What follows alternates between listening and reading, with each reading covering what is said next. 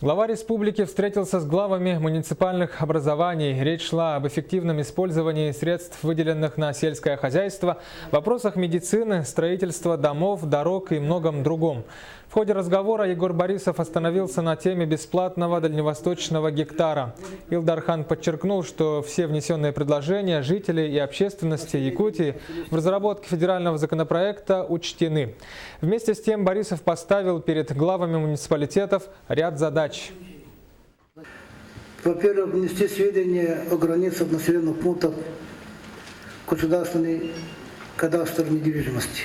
Эта работа очень большая, над которым все вы должны были уже начать работать в прошлом году. Внести сведения в государственный кадастр недвижимости, сведения о границах территории, зарезервированных в соответствии с документами территориального планирования. Это ваша работа.